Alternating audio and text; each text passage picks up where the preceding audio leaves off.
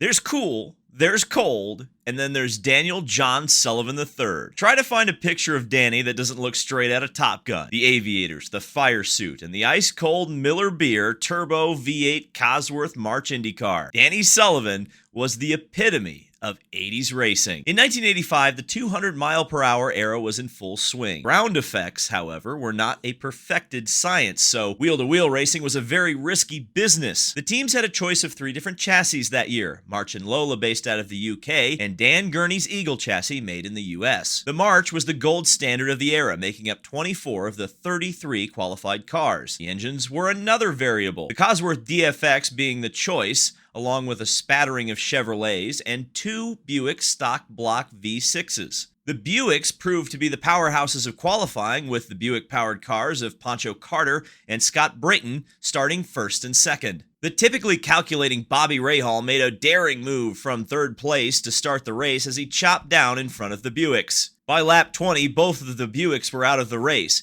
and Mario Andretti had moved into the lead. From that point forward, it was Andretti in command, with Emerson Fittipaldi, Tom Sneva, and Danny Sullivan in pursuit. Just past the halfway point of the race, a battle for the lead ensued. It was the new guard versus the old guard, Sullivan versus Andretti. On lap 120, Sullivan drafted up behind Mario on the front stretch and pulled out to pass. When they entered turn 1, they were dead even. Then a wiggle and a snap. Danny spun out directly in front of Mario. Lost in a cloud of smoke, Andretti locked his brakes, and miraculously, Sullivan's car didn't collect the wall or his competitor. Aside from flat-spotted tires, both drivers were unscathed. Well, I wish I could take the credit, Sam, and say that I was controlling it. I was just holding on, and that was my fault. We just had a little miscommunication, and I thought it was right toward the end of the race, and I needed to get by Mario. After immediately making pit stops, both of the combatants returned to the race. A few laps later, lightning nearly struck twice as Howdy Holmes and Rich Vogler touched and crashed directly in front of Mario and Sullivan. Once again, both avoided disaster. The dogfight resumed, Andretti leading, Sullivan chasing.